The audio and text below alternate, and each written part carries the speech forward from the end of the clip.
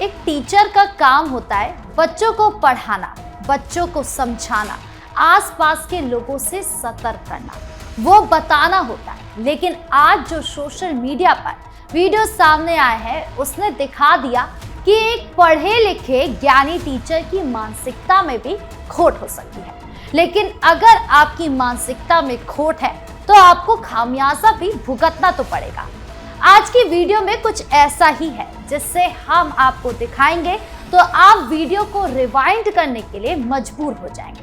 लेकिन आप टेंशन मत लीजिए, आपको वीडियो को पीछे जाकर रिवाइंड नहीं करना पड़ेगा या उंगलियों को कष्ट नहीं देना पड़ेगा, क्योंकि कैपिटल टीवी बिहार के खास शो प्ले एंड पॉज में मैं राधिका राज यहाँ वीडियो को प्ले भी करती हूँ, पॉज करके सच भी ढूंढती हूँ और रिवाइंड करके असली पिक्चर भी समझाती हूँ।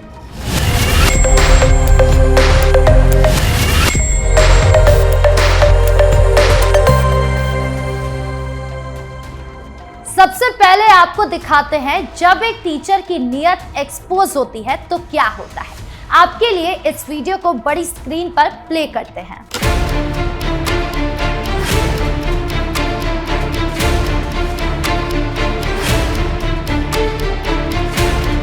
आपने वीडियो देखा, वीडियो को अगर रिवाइंड करके देखें तो साफ दिखाई देगा कि एक आदमी के मुंह पर कालिक पोतकर उसे सड़क पर घुमाया जा रहा है।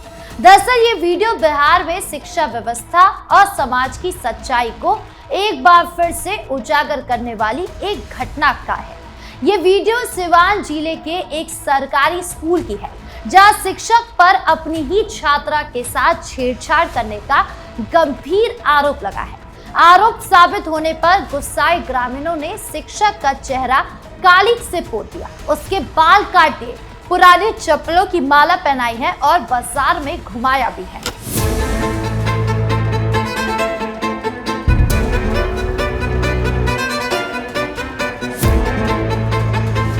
आइए अब इस मामले को पॉज करके असली पिक्चर समझते हैं।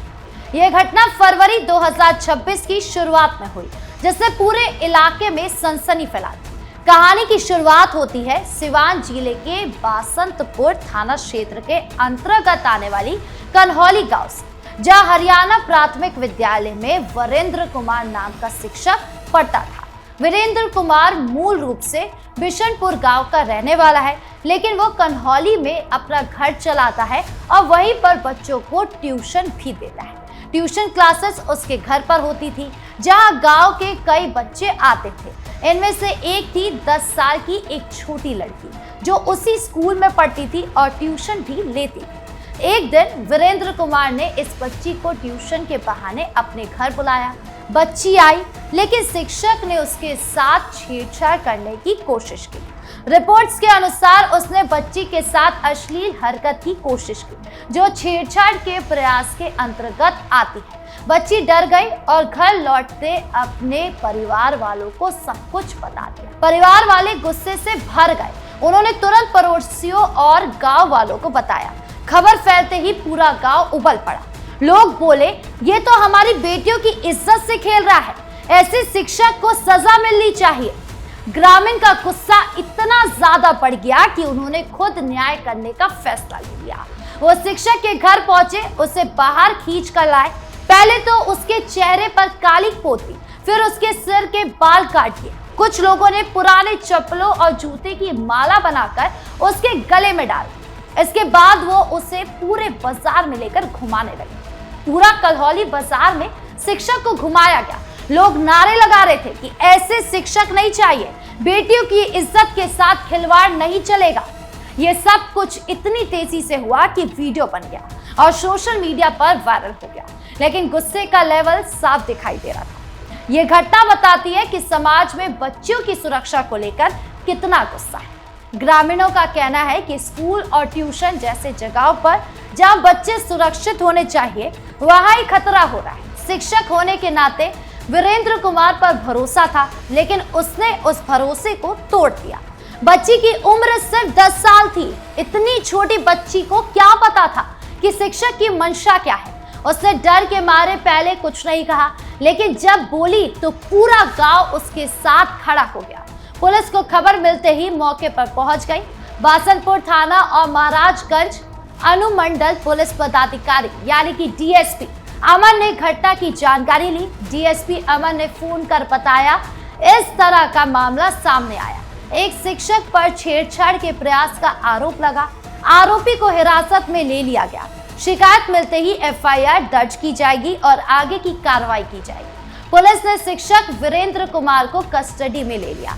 कुछ रिपोर्ट्स में कहा गया कि पॉक्सो एक्ट यानी protection of children from sexual offence और भारतीय न्याय संहिता यानी बीएनएस की संबंधित धाराओं के तहत केस दर्ज किया गया है। पॉक्सो एक्ट बच्चों के खिलाफ यौन अपराधों के लिए सख्त सजा का प्रावधान करता है, जिसमें 10 साल से कम उम्र की बच्ची के मामले में आजीवन कारावास तक हो सकता है। घटना के बाद गांव में चर्चा का विषय यही रहा।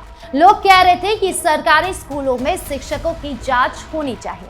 ट्यूशन के नाम पर घरों में क्या हो रहा है, इस पर नजर रखी जानी चाहिए। कुछ लोगों ने कहा कि ग्रामीणों ने जो किया वो गलत नहीं था, क्योंकि कानून की प्रक्रिया धीमी होती है और ऐसे मामले में तुरंत सजा मिलनी चाहिए।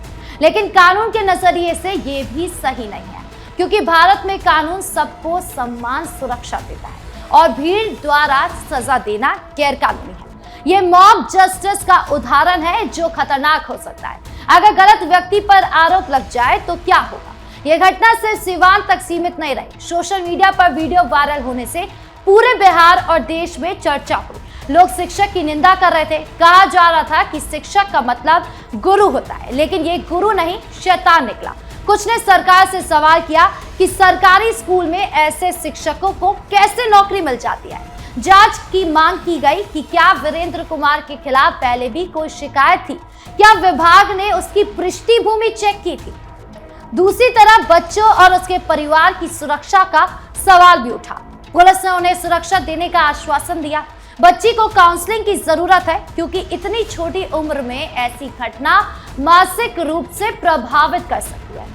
परिवार आने वाले अब डरे हुए हैं, लेकिन गांव वालों के समर्थन से मजबूत महसूस कर रहे हैं।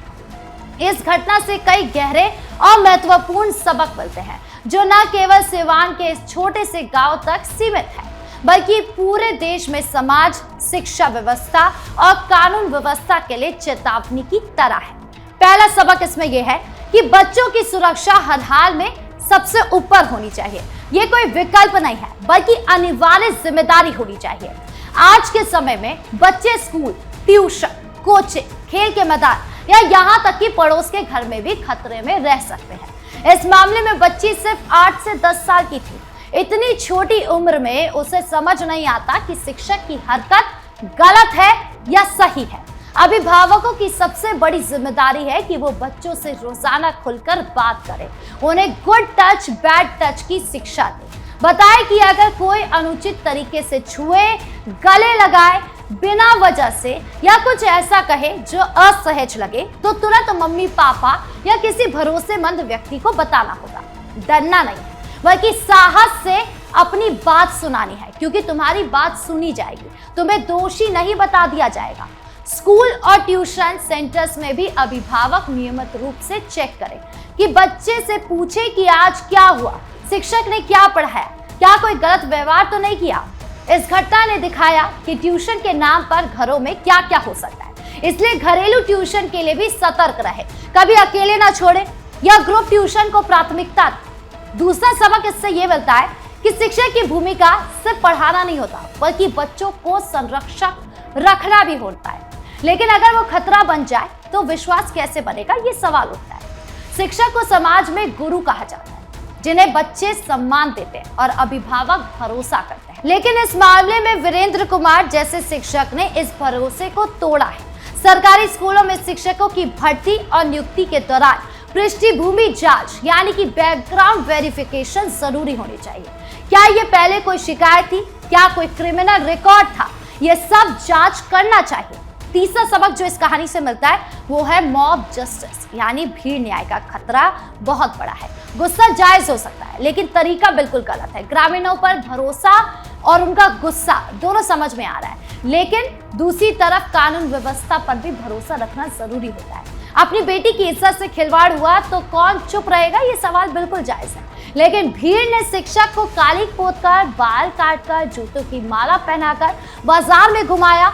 ये थोड़ा गलत हो सकता है। कुछ रिपोर्ट तो ये भी कहती है कि उसे अर्धनग्न या नंगा करके इस तरीके से हरकत करी। ये सब कानून के खिलाफ है। भारत में कोई भी व्यक्ति चाहे कितना भी दोषी क्यों ना हो, उसे भीड़ द्वारा सजा नहीं दी जा सकती। इससे निर्दोष लोग भी फंस सकते हैं। अगर आरोप झूठा निकला या जांच में कुछ और सामने आया, मॉब जस्टिस से हिंसा बढ़ती है, कानून का डर खत्म हो जाता है या कम हो जाता है और समाज में अराजकता फैलती है।